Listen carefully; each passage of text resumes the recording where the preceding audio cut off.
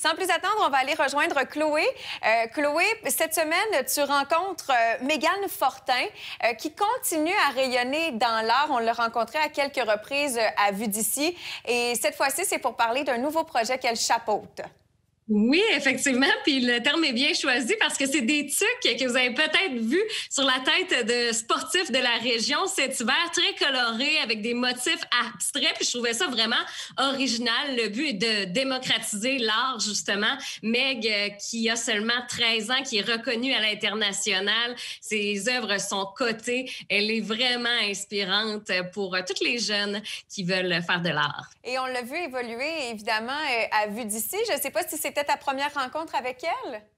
Oui, pour moi, oui. Puis vraiment, j'ai eu un coup de cœur. Elle est tellement naturelle, facilité à communiquer aussi les émotions qu'elle véhicule dans ses œuvres. Elle a une belle compréhension de ce qu'elle nous offre comme œuvre, je trouve.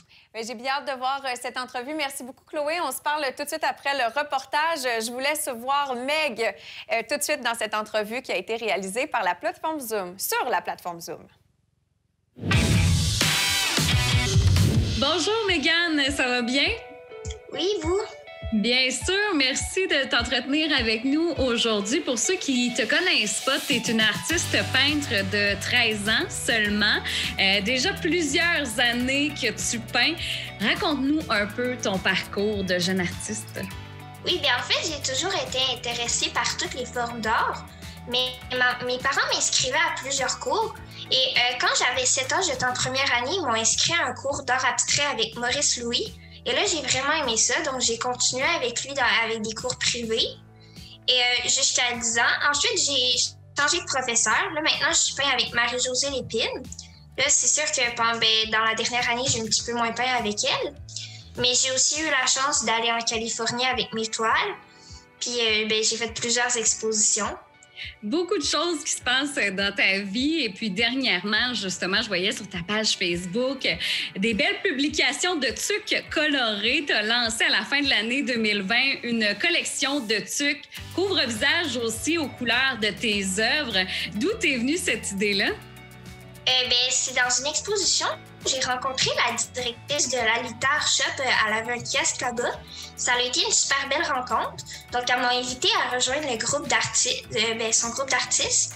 Puis, c'est de là qu'on a lancé la collection de tucs. Et parle-nous de tes tucs, justement. J'imagine que tu as eu pas mal à les porter cet hiver. Est-ce qu'elles sont confortables? Quelle est ta tuque préférée? Puis aussi, qu'est-ce que ça te fait quand tu vois des gens les porter? J'imagine que c'est plaisant. Ouais, c'est sûr que c'est le fun, mais sont quand même 4 saisons, les tucs, fait que c'est des tucs de plein air. Mais sont confortables, sont légères. Mais moi, ma préférée, je pense, c'est la grise parce que les couleurs, ils ressortent vraiment. C'est des couleurs contrastes. Ça fait un beau contraste. Puis, mais moi, celle que je préfère porter, c'est la orange, avec un fond orange parce que c'est ma couleur préférée. Moi, j'ai eu un gros coup de cœur pour la rouge. Et justement, qu'est-ce qui t'inspire autant pour tes tucs que tes œuvres, Mégane? C'est surtout mes émotions et les couleurs. Mais ça arrive aussi parfois que je m'inspire de des paysages en particulier ou de la météo. Mais parfois aussi, c'est comme juste une activité, c'est spontané. Puis je fais ça pour le plaisir, pour me détendre.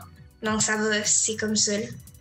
As-tu été un peu influencée par la dernière année qui a été plus difficile? Est-ce qu'il y a des émotions nouvelles qui sont apparues dans tes œuvres?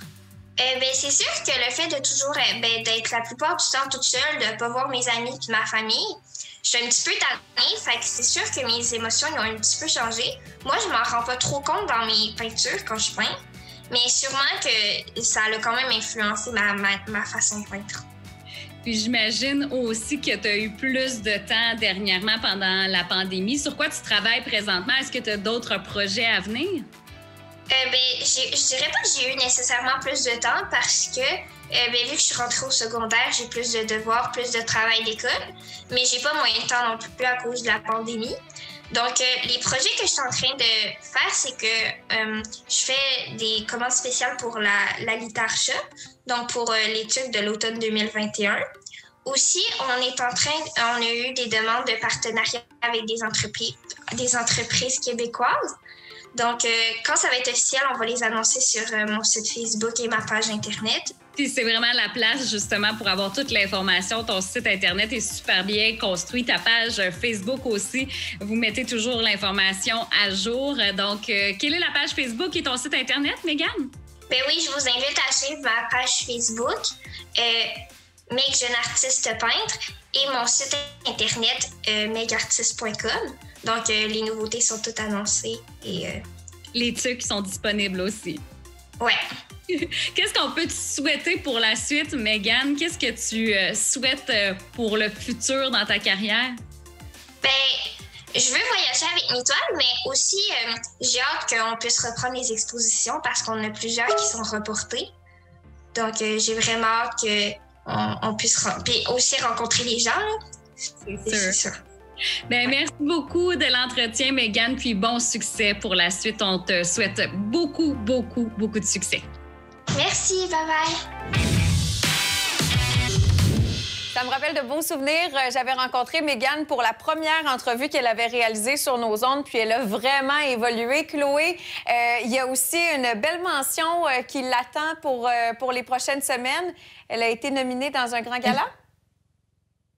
Oui, exactement. Meg, qui fait partie des 35 finalistes de la 3e édition du gala Les Étoiles de la Jacques-Cartier. Elle vient tout juste de l'apprendre.